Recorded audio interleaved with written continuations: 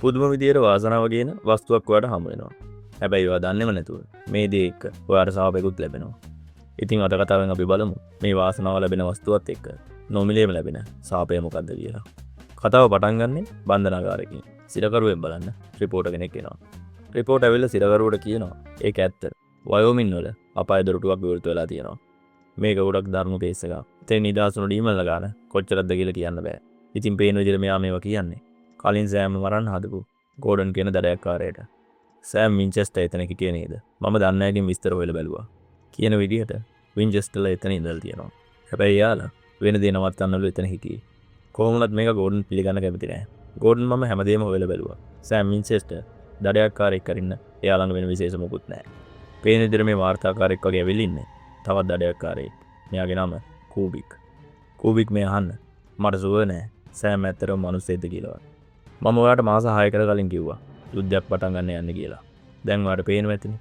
යුද්ධ පටන් ගන්න තියෙන්නේ. සෑම් කියන්නේ ඒ යුද්ධ කොටස් කරුනේ. එයාව හොයලා මරන්න කූබික්. සෑම් වින්චෙස්ටර් අනිවාර්යෙන්ම මැරෙන්න ඕනි.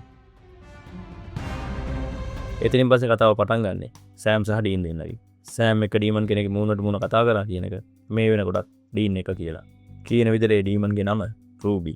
ඩීන් සෑම්ට බැන බැන යන්නේ. ඩීමන් කෙනෙක් කියලා දැන ඒකේ එක chat කරන්න යන්නේ නැතුව බෝලිවුඩ් ගහන්න තිබුණේ කියලා. ඩීන් මේක එහෙම දෙයක් නෙවෙයි. එයා කිව්වා එයාට උදව් කරන්න පුළුවන් කියලා. ඔයාගේ ඩීල් එක අයින් කරගන්න වැඩේට. අයියෝ සෑම්. ඒකේ දන්න ඔයාගේ දුර්වලතාවය මම කියලා.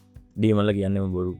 කොහොමද සෑම් කියන්නේ? මේ රූබි කියන ඩීමන් ගොඩක් දේවල් දන්න නිසා එයාව මේ ඩීල් එක කරන වැඩේටයි. එළියට ආපු ඩීමන්ලා හොයන වැඩේටයි පාවිච්චි කරමු කියලා. මේ අතරේ කාර් එක ඇතුලේ දුරකථනයක් නාද වෙනවා. පේන විදිහට ඒක සෑම්ගේවත් ඩීන් ගේවත් නෙවෙයි. ඩීන් තව මෙයාගේ තාත්තගේ පරණ ෆෝන් එක කායගේ තියාගෙන ඉන්නේ. ඉතින් මේ කෝල් එක එයාගේ තාත්තට. දුරකථනයෙන් කෙනෙක් කතා කරලා කියනවා ඔයාගේ කන්ටේනර් එකට හොරු පැනලා කියලා. ඉතින් සෑම් එයාගේ තාත්තා වගේ රඟපාලා මේ මිනිස්සුන්ගෙන් විස්තර අරගෙන යන්න හදන එක පරීක්ෂා කරන්න. පේන විදිහට සෑම් ඩීන් දෙන්නම තාත්තට අයිති වෙලා තිබුණා. මේ කන්ටේනර් ගැන දැනගෙන ඉඳලා නැහැ. ඊට පස්සේ ඊළඟ දවස් උදේ අපිට පෙන්නන්නේ කූබික් ඇවිල්ලා තවත් දඩයක්කාරයෙක් එක්ක. ගෝඩන් සෑම් ගැන කියපු දේවල් කියන ගමන් ආයුධ රෙඩි කර කර ඉන්නේ. කොහොමද කියන විදිහට සෑම් ඉන්න තැන ගැන තව මේ දෙන්නට හොරුවාවක් නෑ. හැබැයි එයා දන්නකින දඩයක්කාරෝ කීප දෙනෙක්ට කෝල් කරලා කියලා තියෙනවා සෑම් හමු වුණොත් එයාව සම්බන්ධ කරගන්න කියලා. කූබික් දඩයක්කාරයෙක් වුණා. පේන විදිහට එයා ජේසුස් වහන්සේව අදහනවා. ඊට පස්සේ පෙන්වන විදිහට සෑම් දීන් දෙන්න තාත්තගේ කන්ඩේනර් එක ළඟට යනවා. දොර විවෘත කරලා බලද්දි මෙතන පේන්නේ මේක තාත්තා පාවිච්චි කරලා තියෙන්නේ ගබඩා කාමරයක් පිටියට. ඩීමන්ලට ඇතුල් වෙන්න බැරි ඩෙවිල් ස්ටැප් වගේම මිනිස්සුන්ට හොරෙන් ඇතුල් වෙන්න බැරි ආයුධත් මෙතන අටවලා තියෙන්නේ. ඉතින් මෙතන බිම තියෙන ලේ එක මෙතෙන්ට ඇතුළුනේ කවුරුනත් එයාට වෙඩි වැදිලා තියෙනවා. මෙතන එක එක જાති දේවල් තියෙනවා. ඩීන්ගේ මුල්ම ගන්න එක, අමුතු හිස් කබල්, ඒ වගේම ලොකු ආයුධ ගබඩාවකුත්. ඒත් පේන විදිහට මෙතෙන්ට ආපු කවුරුනත් මේ කිසිම දෙයක් අරගෙන ගිහිල්ලා නැහැ. මේ අතර තමයි සෑම්ට එක කේලවර්ග තිබිලා ආරක්ෂක මන්ත්‍ර දාපු බොක්ස් ටිකක් පේන්නේ. කියන විදිහට සාපලත් වස්තුන් දාන්න තමයි මේ බොක්සස් පාවිච්චි කරන්නේ. වැඩේ කියන්නේ මෙතන බැලුවම එක බොක්ස් එකක් අතුරු දහම් වෙලා. ඊළඟට අපිට පෙන්නන්නේ බොක්ස් එක හොරකම් කරපු දෙන්න. එක්කෙනෙක් නම් හොඳටම තුවාල වෙලා ඉන්නේ. පේන විදිහට මෙයාලා දෙන්න මේ බොක්ස් එක හොරකම් කරලා තියෙන්නේ. තව කෙනෙක් වෙනුවෙන්. දෙන්නටම පැහැදිලිව උපදෙස් ලැබිලා තියෙනවා. බොක්ස් එක ඕපන් කරන්න නැතුව බාර දෙන්න කියලා. ඒත් මේ තරම් අවධානමක් අරගෙන මේ බොක්ස් එක හොරකම් කරන් ආපු නිසා මෙයාලට ඕන වෙනවා මේ බොක්ස් එක ඇල්ලලා බලන්න. ඉතින් එක්කෙනෙක් මේක විවෘත කරලා බලනවා. බොක්ස් එක ඇතුලේ තියෙන දේ දැක්කම දෙන්නටම කියවෙන්නේ මොන මගුලක්ද මේ කියලා. මේකේ තියෙන්නේ හාවෙක්ගේ කකුලක්. තුවාල වෙච්ච කෙනාට හොඳටම තරහයි. එයා මේ යන්තවන වැරෙන්නේ නැතුව බේරන්නේ. හාවෙක්ගේ කකුලක් පොරගම් කරන්න ගියපු නිසා කියලා. මේ එක්කම කෙනෙක් ඇවිල්ලා දොරට තට්ටු කරනවා. පේන විදියට එයා මේ ළඟ රුණයක් ඉන්න කෙනෙක්. එයා ඇවිල්ලා කියනවා ඔයාලගේ සද්ද වැඩි. කෑ ගහන්න එපා කියලා. ඒත් වෙඩි වැදුණු කෙනාගේ වාසනාවට මෙයා කලින් ආමිකට වැඩ කරපු ડોක්ටර් කෙනෙක්. ඉතින් මෙයා ඇවිල්ලා කියනවා කොල්වද ඔයාගේ වාසනාවන්ත දවස් මම මේක බලා ගන්නම් කියලා. ඊට පස්සේ ටිකකින් පේනන විදියට සෑම් ඩීන් දෙන්න මේ හොරු දෙන්න පස්සේ ලෝන ගමන් ඉන්නේ. සිකියුරිටි කැමරාවලින් හොරු දෙන්නගේ කාර් එකට කරලා අන්තිමට යාල් දෙන්න කාර් එක හොයා ගන්නවා. සෑම් ඩීන් දෙන්න හොරු දෙන්න ළඟට එන අතරේ හොරු දෙන්න කාඩ් සෙල්ලම් කරන ගමන් ඉන්නවා. මෙතන වැඩේ කියන්නේ මේ තුවාල වෙච්ච කෙනා එයා හැමතිස්සෙම දිනනවා. ඉතින් මෙයා තේරුම් ගන්නවා මේ හාවගේ කකුල අල්ලපු නිසා තමයි දේවල් මේ විදිහට වෙන්නේ කියලා. මේ එකම තමයි සෑම් ඩීන් දෙන්න මෙතන කඩාගෙන බලින්නේ.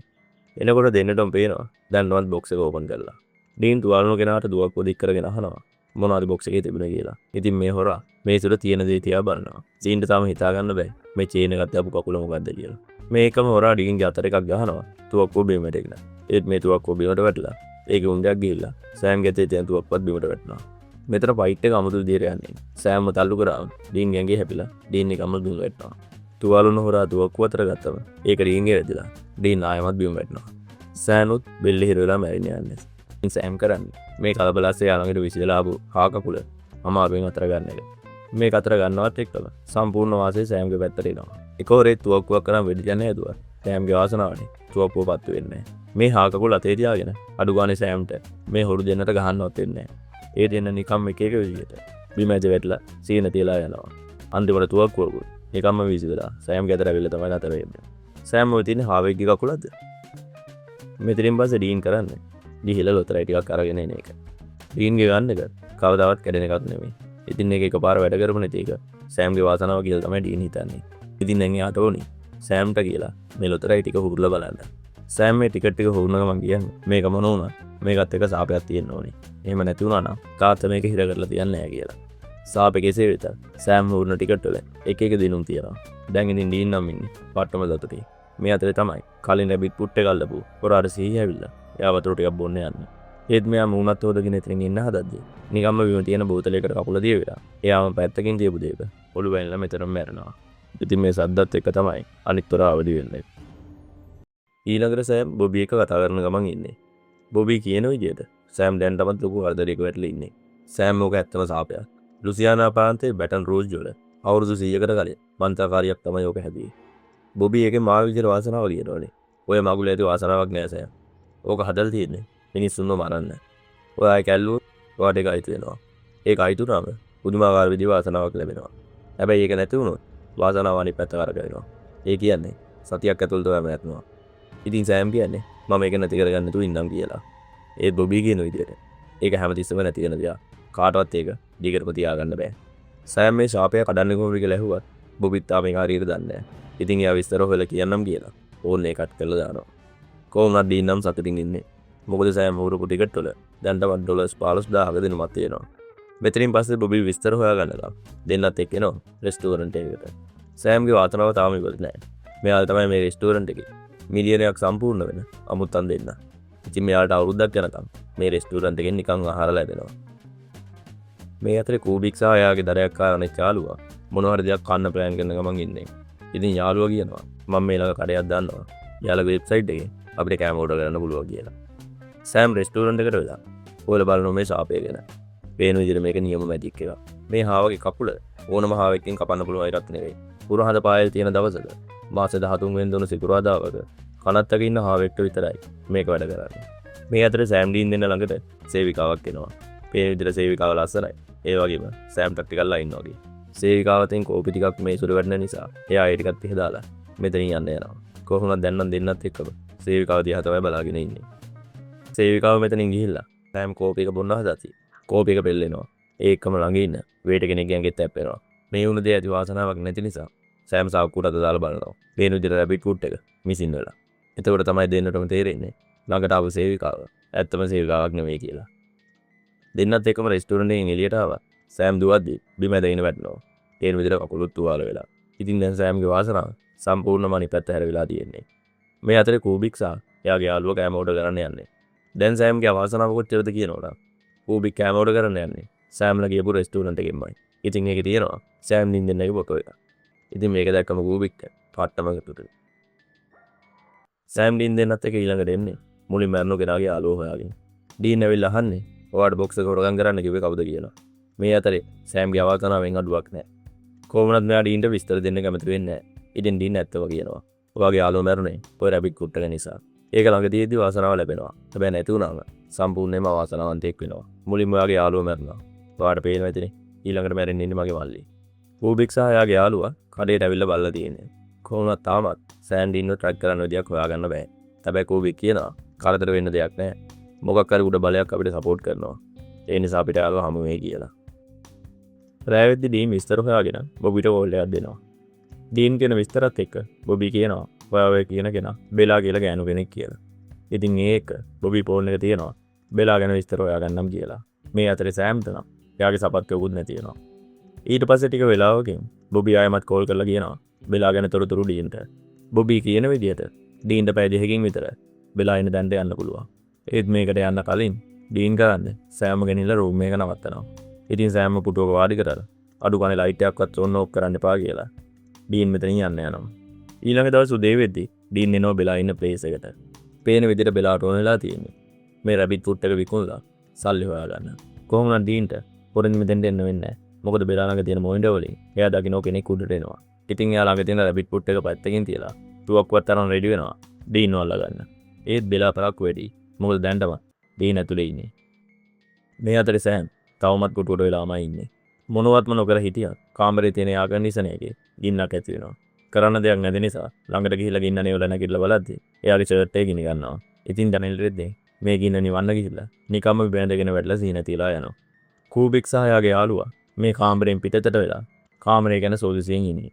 ඉතින් ඒ දෙන්නට මොකුත් කරන්න වෙන්නේ නැහැ. හොයාගෙන ආපදේ නිකම්ම හමු වෙනවා. ඩීන් බෙලාට පැහැදිලි කරනවා සෑම් මේ රැබිට් කුට් එක ඇල්ලුවා. ඒ නිසා මට ඒක දෙන්න කියලා. ඒත් බෙලා මේක දෙන්න කැමැත්තක් නැහැ.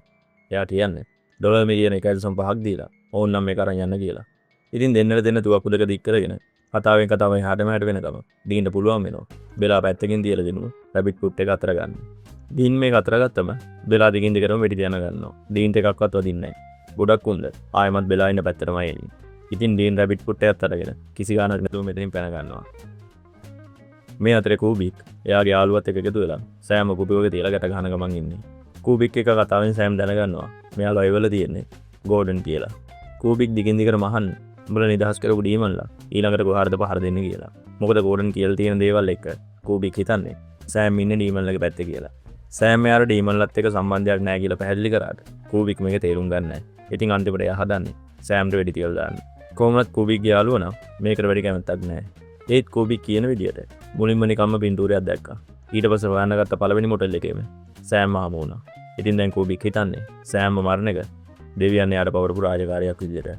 ඉතින් එහෙම කියලා ආයෙමත් සෑම්ව මරන්න හදද්දි තමයි වෙලාවට මෙතෙන්ට ඩීන් එන්නේ. මේක ඔයාගේ දෛවය කියලා තමයි කූබික් සෑම්ට වෙඩි තියන්න හැදුවේ. ඒ ඩීන් ආව ගමන් කියනවා නෑ මේක දෛවය නෙවෙයි. මේක නිකම්ම හාවෙක්ගේ කකුලක්. පුතා ඔයාගේ තුවක්කුව පල්ලෙහාට දාන්න. නැත්නම් මෙයාගේ මොලේ කෑල්ල බිත්ති පුරා තියෙවි. ඩීන් රැබිට් ෆුඩ් එක අල්ලපු නිසා ඩීන්ට කොහොමද දැන් තුවක්කුව අවශ්‍ය නැහැ. ඉතින් තුවක්කුව පැත්තකින් තියන ගමන් ඩීන් කියන්නේ මෙතන දෙයක් තියෙනවා. ඔයා මම ගැන දන්නේ නැති. අද මගේ ලකී ඩේ එක. එහෙම කියලා පෑනක් වීසි කරන කූබික් දිහාවට. කෙලින්ම පෑන යනවා ගන්න එක ඇතුළට. මෙතන පයිට් එකත් වාසනාවන්ත විදිහට තමයි එන්නේ. අන්තිමට කූබික් බෙදගෙන වැටෙන්නේ. ඩීන් දමලා ගන්න රිමෝට් එක නිසා. ඉතින් ඩීන් අන්තිමට කියන්නේ මම තමයි බැට්මෑන් කියලා. ඉතින් මේ විදිහට සෑම්වත් බේරගෙන දෙන්නත් එක්ක ඇවිල්ලා බොබි කියපු විදිහට හා කකුල විනාශ කරන්න හදන්නේ. කොහොමවත් මේක විනාශ කරන්න කලින් ඩීන් ටිකට් එකකුත් උරනවා. ටිකට් එක යාගේ ජැකට් එකට දාලා රැබිට් ෆුඩ් එක විනාශ කරන්න ඕන මෙන්න. බෙලා ඇවිල්ලා මෙයාලව හොයාගන්නවා. තුවක්කුව දික් කරගෙන ඉන්න බෙලාගෙන ඩීන් එච්චර හිතන්නේ නැහැ. ඒත් හිතන්නේ නැති විදිහටම මෙයා වෙඩි තියනවා. කෙලිම මේක ගිහිල්ලා වදින්නේ සෑම්ට. මොන මගුලක්ද මේ කරන්නේ? ඔයාට මොනව වෙලාද? ඔයාට ලක් එක තියනවා ඩීන්. ඒ නිසා ඔයාට වෙඩි වදින්නේ නැහැ. හැබැයි ඔයාගේ සහෝදරයට ඒ කුණ්ඩයක්වත් මිස් කරගන්න බෑ. ඒ නිසා රැබිට් ෆුඩ් එක බිමින් තියන්න. ඉතින් ඩීන් කරන්නේ මේරු බිමින් තියන්න වගේ පාත් වෙලා එකපාරට මල්ල ගන්න කියලා බෙලාට වීසි කරනවා. ඉතින් ශනිකව වෙන මේ දේ නිසා බෙලා එකපාරටම රැබිට් ෆුඩ් එක අල්ලනවා. දැන් ඉතින් වෙන කරන්න දෙයක් නැහැ. කොච්චර වාසනාවක් තිබුණත් මේ රැබිට් ෆුඩ් එක නැති වෙන නිසා අන්තිමේදී කට්ටියත් එක්ක මේක විනාශ කරලා දානවා. කොහොමුණත් දැන් ඉතින් බෙලාට පාඩුයි. අන්තිමට සෑම් සහ ඩීන් දෙන්නට have a nice day කියලා බෙලා මෙතනින් යන්න යනවා. ඊට පස්සේ තමයි ඩීන්ට මතක් වෙන්නේ එයා හුරපු ටිකට් වල $46000ක් ඇදලා තිබුණා කියලා. ජැකට් එකට අත දාලා තමයි තේරෙන්නේ බෙලා ටිකට් එකට විදලා කියලා. ඉතින් හිනාවි බෙලා වාහනේ නැගලා යන අතරේ ඩීන්ට වෙන්නේ කෑක ගහේ දිහා බලාගෙන ඉන්න විතරයි. මෙතනින් පස්සේ ආයෙමත් අපිට පෙන්නන්න බන්ධනාගාරේ කූබික් ඇවිල්ලා ගෝඩන්ව හමු වෙනවා. ඔයා කිව්වා හරි. සෑම් වින්චෙස්ටර් යක්ෂයෙක්ට අතලා භයානකයි. දෙවියන් මට පාර පෙන්නවා. ඒ වගේම දෙවියන්ගේ කැමැත්ත මට හොඳටම පැහැදිලි. කියන දේවල් වල වැඩි තේරුමක් නැති වුණත් කූබික් කියන්නේ සෑම් මරන්න ඕන කියලා නිසා දෙන්නටම තියෙන එකම අයිඩියා එකක්. කූබික් මුලින්ම මාව මෙතනින් එළියට ගන්න. කල්නුත් කිව්වා වගේ සෑම් වින්චෙස්ටර් අනිවාර්යයෙන්ම මැරෙන්න ඕනේ. ඉතින් අද කතාව මෙතනින් තමයි ඉවර වෙන්නේ. ඔයාලට ඉස්සරහදී බලා ගන්න පුළුවන්. ගෝඩන් හිරෙන් පැනලා සෑම් වරන් යන විදිය. ඉතින් ගෙන් එන්නම් සුබ දවසක් ඔයාලට.